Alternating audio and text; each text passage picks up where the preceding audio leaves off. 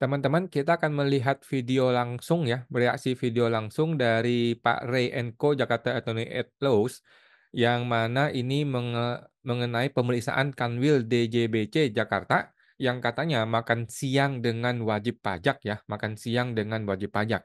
Bagaimana ceritanya? Mari kita nonton teman-teman ya. Bagaimana bisa makan siang antara pejabat dengan wajib pajak, teman-teman ya. Ini diduga ada gratifikasi, diduga ada pemerasan, upaya pemerasan ya, diduga adanya upaya korupsi. Oke, langsung gua share aja.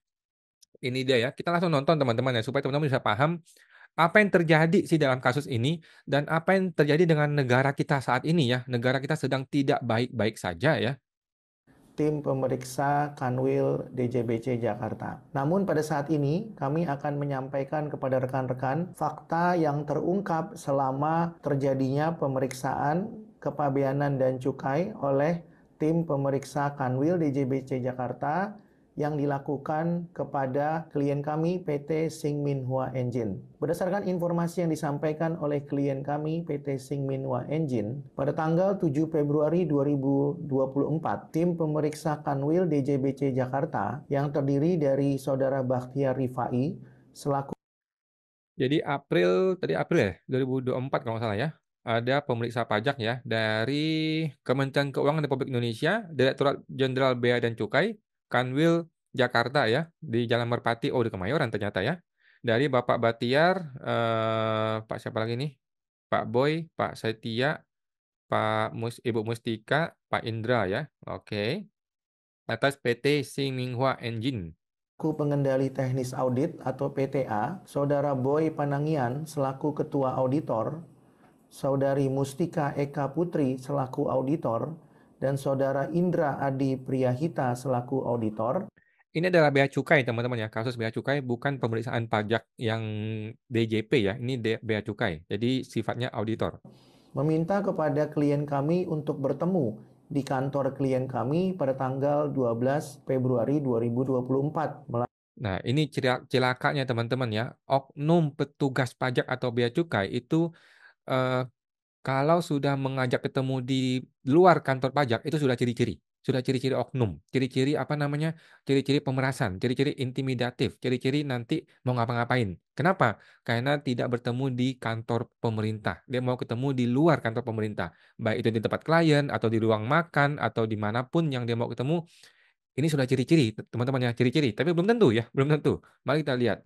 Melalui pesan WhatsApp dengan agenda entry meeting. Setelah berakhirnya entry meeting tersebut, pertemuan dilanjutkan dengan makan siang bersama antara tim pemeriksa dengan klien kami di restoran Papa Jack Asian Cuisine Outlet Pantai Indah Kapuk. Sebagaimana rekan-rekan bisa lihat di layar rekan-rekan mengenai truk restoran tersebut. Kalau rekan-rekan Oke ya, ada struk makan ya, luar biasa ya, memang gila itu oknum ya.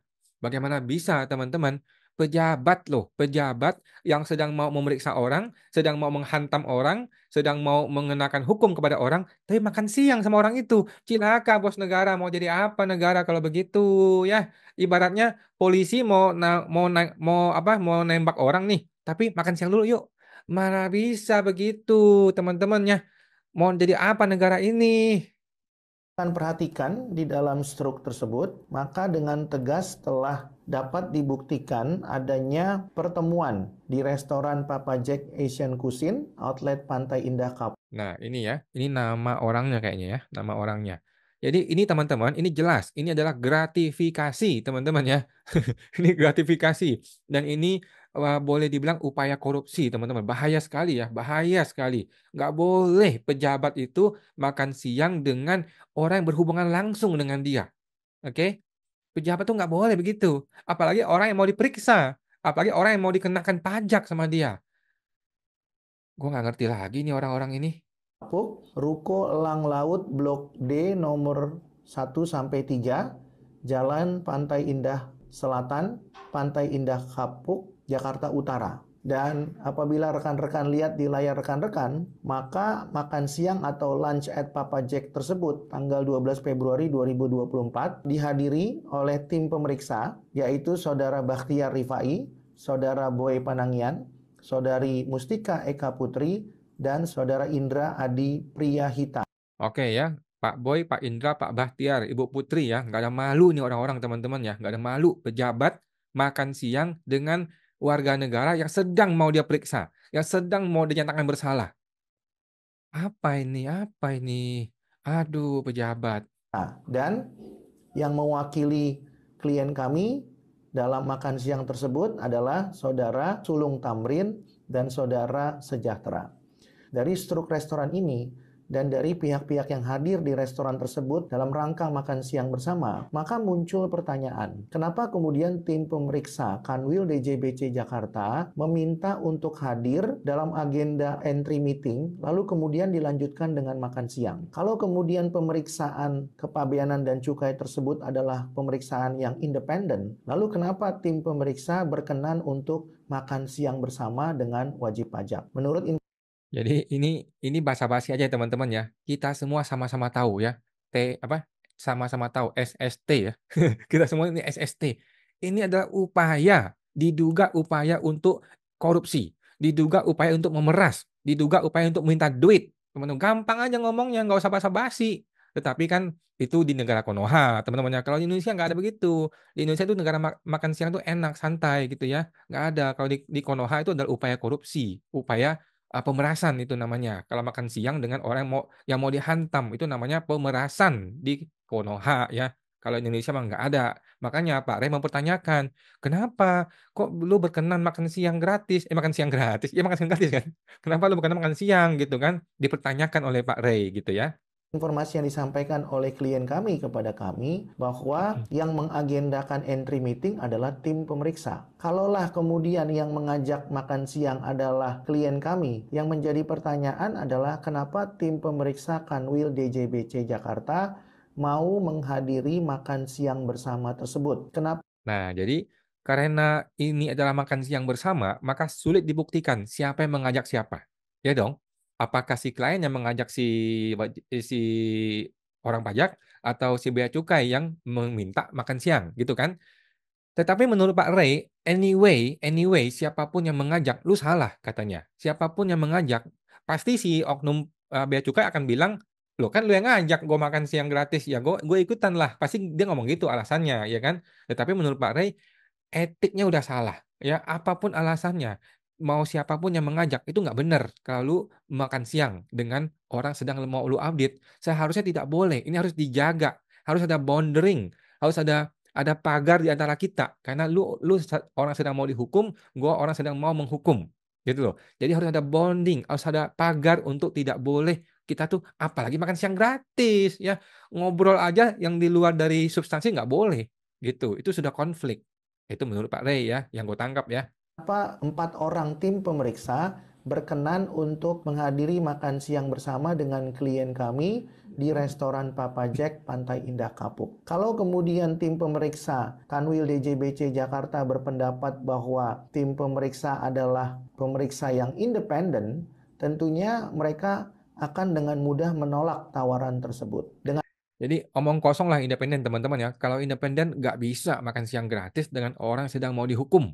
Ya nggak bisa, nggak ada ceritanya independen kalau makan siang dengan orang yang mau dihukum.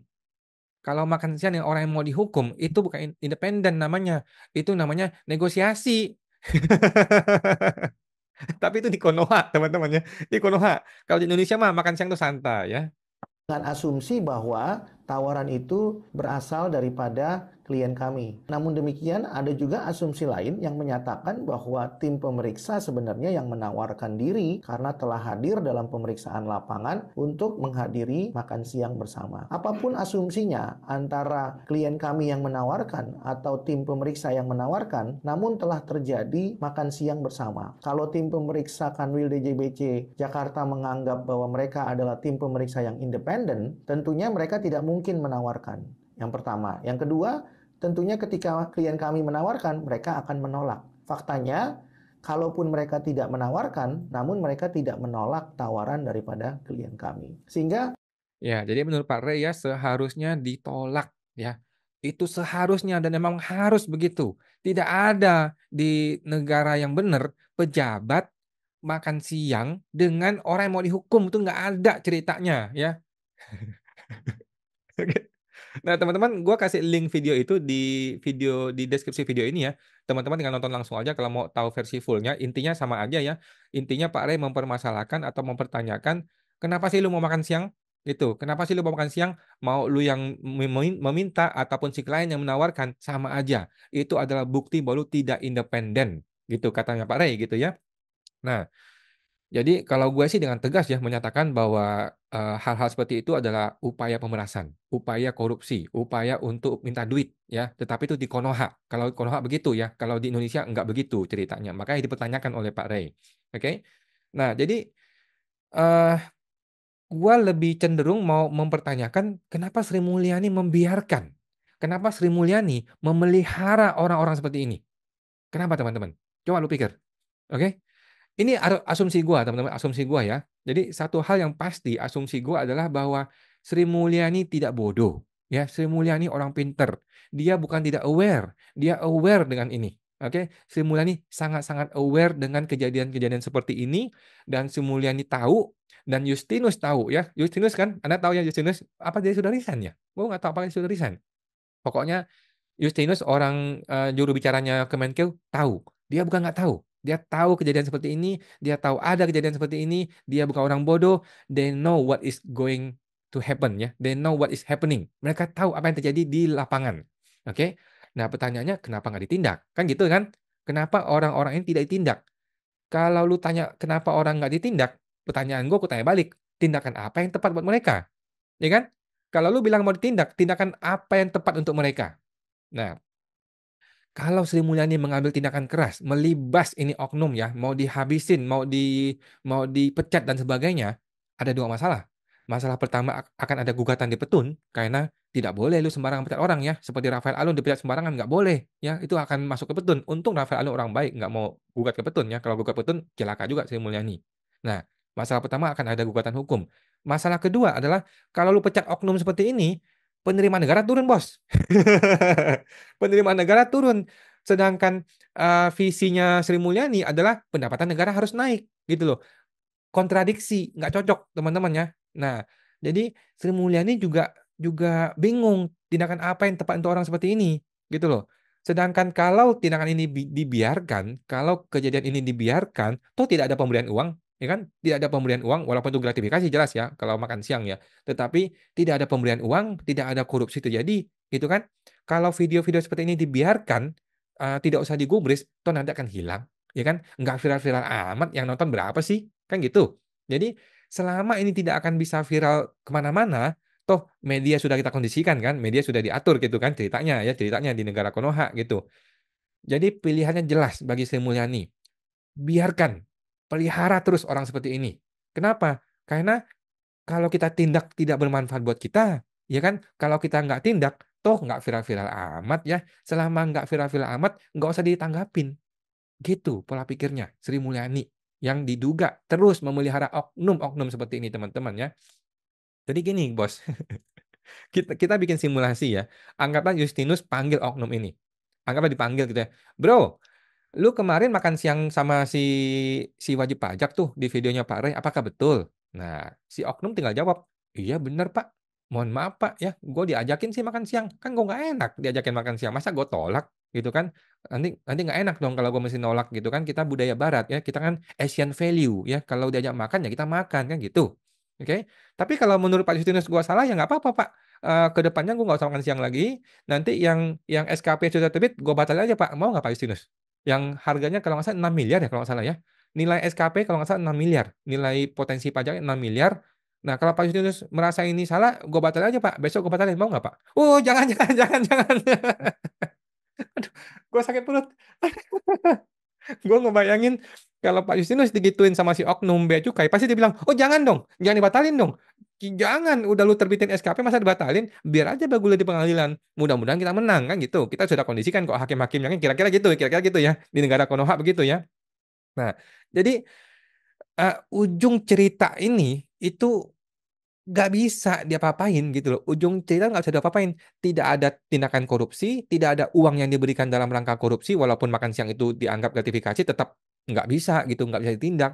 Kemudian SKP sudah terbit, pihak WP juga sudah mengajukan upaya hukum, jadi udah nggak ada jalan keluar, gitu loh. Sri Mulyani tidak bisa ngapa-ngapain. Ini oknum harus terus dipelihara. Kalau dia dihilangkan atau dilibas, penerimaan negara turun, bos. Kalau penerimaan negara turun, Prabowo marah. Kalau Prabowo marah, Sri Mulyani bisa pecat gitu loh. Jadi gara-gara dia mau menegakkan hukum, mau sok jagoan, mau pecat ini oknum bea cukai, malah dia yang dipecat nanti si menterinya. Gitu. Jadi ini lingkaran setan yang menurut gua sulit untuk diberesin teman-teman ya. Dan apakah Sri Mulyani bisa memberesin ini? Coba deh teman-teman komentar ya. Lu komentar deh di video ini. Bisa nggak sih oknum seperti ini diberesin? Kalau bisa gimana caranya? Gitu loh. Jangan-jangan sebelum lu beresin si menterinya lah udah dibuang duluan sama Prabowo gitu loh. Jadi terlalu sulit ya, terlalu sulit menurut gua. Kita masih berharap sama Pak Prabowo ya. Kita masih berharap banget ya sama Pak Prabowo yang baru dilantik, walaupun udah banyak blunder ya, tapi Sri Mulyani sejauh ini masih berhati-hati, masih tidak blunder ya. Cuman video-video seperti ini akan terus kita viralkan teman-teman supaya masyarakat tahu gitu loh bahwa oknum-oknum seperti ini tuh tidak boleh dibiarkan seharusnya. Oke, itu teman-teman ya. Semoga terbantu. Sampai jumpa lagi.